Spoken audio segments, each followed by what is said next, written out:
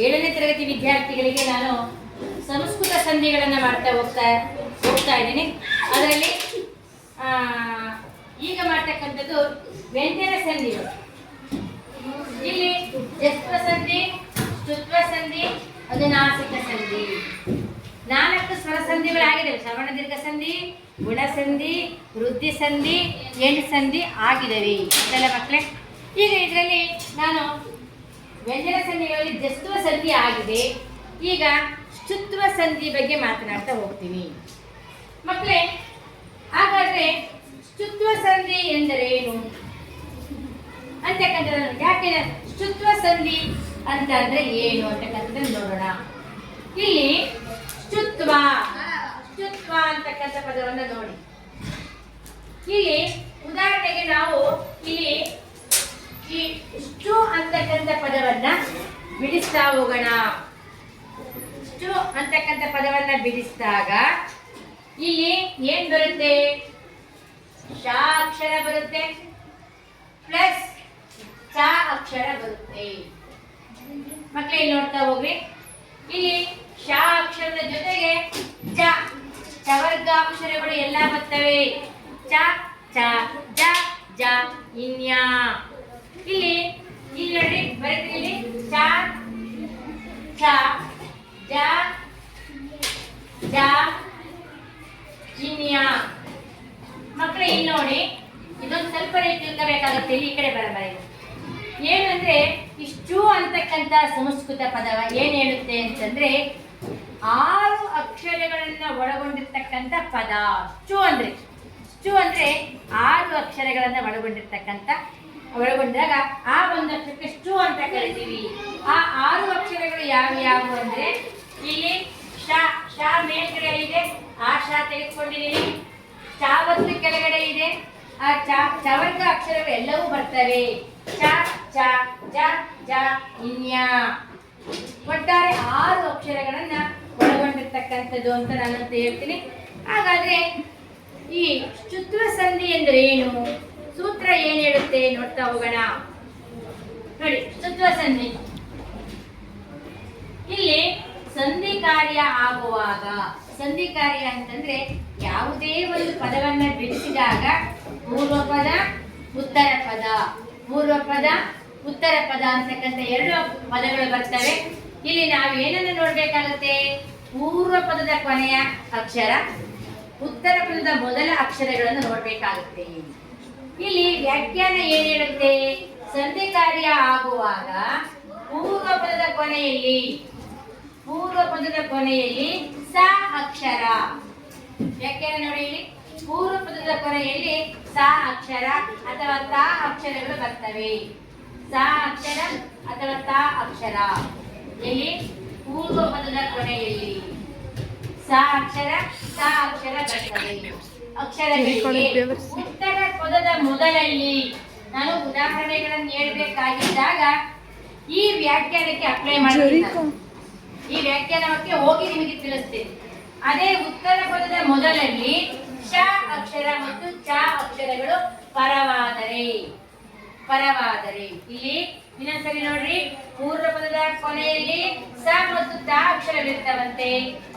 ಉತ್ತರ ಪದದ ಮೊದಲಲ್ಲಿ ಸ ಅಕ್ಷರ ಮತ್ತು ಶ ಅಕ್ಷರಗಳು ಪರವಾದರೆ ಆಗ ಸ ವರ್ಗಗಳಿಗೆ ಚ ವರ್ಗಗಳು, ಸ ವರ್ಗಗಳಿಗೆ ಚ ವರ್ಗಗಳು ಆದೇಶವಾಗಿ ಬರ್ತವೆ. ಆದೇಶವಾಗಿ ಬರುವುದಕ್ಕೆ ಸ್ತುತ್ವ ಸಂಧಿ ಎಂದು ಕರೆಯುತ್ತೇವೆ. ಮಕ್ಕಳೇ, ವ್ಯಾಖ್ಯಾನವನ್ನು ನೀವು ಕಂಪ್ಲೀಟ್ ಆಗಿ ಅರ್ಥ ಮಾಡ್ಕೋಬೇಕಾಗತ್ತೆ. ಏನ್ ಹೇಳುತ್ತಲ್ಲಿ? ಸಂಧಿ ಕಾರ್ಯ ಮಾಡ್ತಕ್ಕಂಥ ಸಂದರ್ಭದಲ್ಲಿ ಪೂರ್ವ ಪದದ ಕೊನೆಯಲ್ಲಿ ಸ ಅಥವಾ ತ ಅಕ್ಷರ ಬರುತ್ತೆ. ಉತ್ತರ ಪದದ ಆದಿಯಲ್ಲಿ ಶ ಅಥವಾ ಚ ಅಕ್ಷರಗಳು ಪರವಾದಾಗ ಸ ಬಂದಾಗ ಶ ಬರುತ್ತೆ, ಸ ಬಂದಾಗ ಚ ಬರುತ್ತೆ. ಚವರ್ಗ ಬರ್ತವೆ. ಚ ಚ ಜ ಬರ್ಬೋದು, 3 ಬರ್ಬೋದು. ನೋಡಿ, ಸ ಬಂದಾಗ 3 ಅಕ್ಷರಗಳು ಬರ್ತವೆ. ಚ ಛ ಝ ಬರುತ್ತೆ.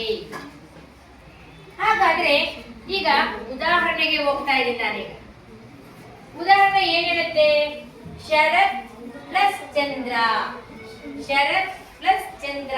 ಶರತ್ ಇಲ್ಲಿ ದಾ ಬಂತು, ಉತ್ತರ ಪದದ ಅಲ್ಲ ಪೂರ್ವ ಪದದ ಕೊನೆಯಲ್ಲಿ ತಾ ಬರುತ್ತೆ. ಪೂರ್ವ ಪದದ ಕೊನೆಯಲ್ಲಿ ಸ ಅಥವಾ ತಾ ಬರುತ್ತೆ. ನೋಡಿ ತಾ ಬಂದೈತಿ ಮಕ್ಕಳೇ, ವ್ಯಾಖ್ಯಾನ ನೋಡಿ, ಇಲ್ಲಿ ತಾ ಬಂದಿದೆ, ಇಲ್ಲಿ ತಾ ಬಂದಿದೆ. ಅದೇ ರೀತಿ ಉತ್ತರ ಪದದ ಮೊದಲಲ್ಲಿ ಚಾ ಬಂದಿದೆ. ಚಾ ಎಲ್ಲಿ ಬಂದೈತೆ? ಉತ್ತರ ಪದದ ಮೊದಲಲ್ಲಿ ಶಾ ಅಥವಾ ಇಲ್ಲಿ ಚಾ ಬಂದೈತೆ. ಚಾ ಇಲ್ಲಿ ಐತೆ ನೋಡ್ರಿ ಮಕ್ಕಳೇ, ಇಲ್ಲಿ ತಾ ಬಂದೈತೆ. ಶರತ್ ಪ್ಲಸ್ ಚಂದ್ರ, ಚಾ ಬಂದು ವ್ಯಾಖ್ಯಾನಕ್ಕೆ ಅಪ್ಲೈ ಮಾಡ್ತೇನೆ ನಾನೀಗ. ನೋಡಿ, ಶರತ್ ಪ್ಲಸ್ ಚಂದ್ರ ಶರಶ್ಚಂದ್ರ. ಶರಶ್ಚಂದ್ರ ಆ ಅಕ್ಷರಗಳಿಗೆ ಪರವಾಗಿ ಅವೆರಡಕ್ಕೆ ಆದೇಶವಾಗಿ ಯಾವ ಅಕ್ಷರ ಬರುತ್ತೆ? ಚಾ ವರ್ಗಗಳು ಆದೇಶವಾಗಿ ಬರುತ್ತವೆ. ಇಲ್ಲಿ ಚಾ ಬಂದೈತೆ, ಶರಶ್ಚಂದ್ರ. ಮಕ್ಕಳೇ ಇನ್ನೊಂದ್ಸರಿ ನೋಡಿ, ಇಲ್ಲಿ ಶರತ್ ತಾ ಬಂತು ಪೂರ್ವ ಪದದಲ್ಲಿ, ಉತ್ತರ ಪದದ ಆದಿಯಲ್ಲಿ ಚಾ ಚಾ ಬಂತು, ಅವೆರಡಕ್ಕೂ ಆದೇಶವಾಗಿ ಚಾ ಬಂದಿದೆ. ಇಲ್ಲಿ ಪೂರ್ವ ಪದ ತಾ ಇದೆ, ಉತ್ತರ ಪದ ಚಾ ಇದೆ, ಇವೆರಡಕ್ಕೂ ಆದೇಶವಾಗಿ ಚ ಅಕ್ಷರ ಆದೇಶವಾಗಿ ಬಂದಿದೆ. ಸೂತ್ರ ನೋಡಿ, ತ ಪ್ಲಸ್ ಚ ಇಸ್ ಈಕ್ವಲ್ ಟು ಚ. ತ ಪ್ಲಸ್ ಚ ಇಸ್ ಈಕ್ವಲ್ ಟು ಚ. ಅರ್ಥ ಆಯ್ತಲ್ಲ? ಶರತ್ ಪ್ಲಸ್ ಚಂದ್ರ ಶರಶ್ಚಂದ್ರ. ನಾವು ವ್ಯಾಖ್ಯಾನಕ್ಕೆ ಅಪ್ಲೈ ಮಾಡ್ಬೇಕು. ಇದೊಂಥರ ಗಣಿತ ಇದ್ದಂಗೆ. ಈ ವ್ಯಾಕರಣ ಅಂತಕ್ಕಂಥದ್ದು ಗಣಿತದ ಸೂತ್ರ ಇದ್ದಾಗೆ. ಮೊದಲು ನೀವು ಶ್ರುತ್ವ ಸಂಧಿ ಅಂದ್ರೆ ಏನು ಅನ್ನೋದನ್ನ ಅರ್ಥ ಮಾಡ್ಕೊಂಡ್ರೆ ಮಾತ್ರನ ನೀವು ಆ ಉದಾಹರಣೆಗಳನ್ನ ಬರೆದ್ರೆ ಅದಕ್ಕೆ ಅರ್ಥ ಆಗುತ್ತೆ, ಇಲ್ಲಾಂದ್ರೆ ಅರ್ಥ ಆಗುತ್ತೆ. ಇಲ್ಲಿ ಮನಸ್ ಪ್ಲಸ್ ಶುದ್ಧಿ, ಮನಸ್ ಶುದ್ಧಿ. ಮನಸ್ ಸಾ ಬಂದೈತೆ, ಪೂರ್ವ ಪದದ ಕೊನೆಯಲ್ಲಿ ಸಾ ಬಂದಿದೆ. ನೋಡಿ, ಪೂರ್ವ ಪದದ ಕೊನೆಯಲ್ಲಿ ಸಾ ಬಂದೈತೆ, ಸಾ ಬಂದೈತೆ. ಮನಸ್ ಪ್ಲಸ್ ಶುದ್ಧಿ. ಉತ್ತರ ಪದದ ಮೊದಲಲ್ಲಿ ಶೂ ಬಂದಿದೆ. ಶೂ ಎಲ್ಲೈತಿಲಿ? ಇಲ್ಲೈತಿ ನೋಡಿ ಶಾ. ಉತ್ತರ ಪದದ ಮೊದಲಲ್ಲಿ ಶಾ ಇಲ್ಲೈತಿ ನೋಡ್ರಿ.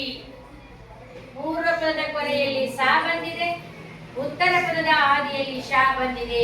ಮನಸ್ ಪ್ಲಸ್ ಶುದ್ಧಿ ಮನಸ್ ಶುದ್ಧಿ. ಇಲ್ಲಿ ಶಾ ಬಂತು, ಇಲ್ಲಿ ಶಾ ಬಂತು, ಆದೇಶವಾಗಿ ಶಾ ಬಂದಿದೆ. ಸ ಪ್ಲಸ್ ಶ ಇಸ್ ಈಕ್ವಲ್ ಟು ಶಾ. ಇಲ್ಲಿ ನೋಡ್ರಿ, ಸ ಪ್ಲಸ್ ಶ ಇಸ್ ಈಕ್ವಲ್ ಟು ಶಾ. ಸೂತ್ರ ಅಪ್ಲೈ ಆಗಿತ್ತಲ್ಲ? ಸ ಪ್ಲಸ್ ಶ ಇಸ್ ಈಕ್ವಲ್ ಟು ಶಾ. ಮನಸ್ ಪ್ಲಸ್ ಶುದ್ಧಿ ಮನಸ್ ಶುದ್ಧಿ. ಈಗ ಮೂರನೇ ಉದಾಹರಣೆಗೆ ಬರ್ತಾ ಇದ್ದೀನಿ ನಾನು. ಸತ್ ಪ್ಲಸ್ ಜನ ಸಜ್ಜನ. ನೋಡಿ, ಚವರ್ಗದಲ್ಲಿ 6 ಅಕ್ಷರ ಅಂತ ಇಲ್ಲಿ ಹೇಳಿದ್ದೀನಿ. ಎಲ್ಲಿ ಹೇಳಿದ್ದೀನಿ? ಇಲ್ಲಿ 6 ಅಕ್ಷರಗಳು ಬರ್ತವೆ.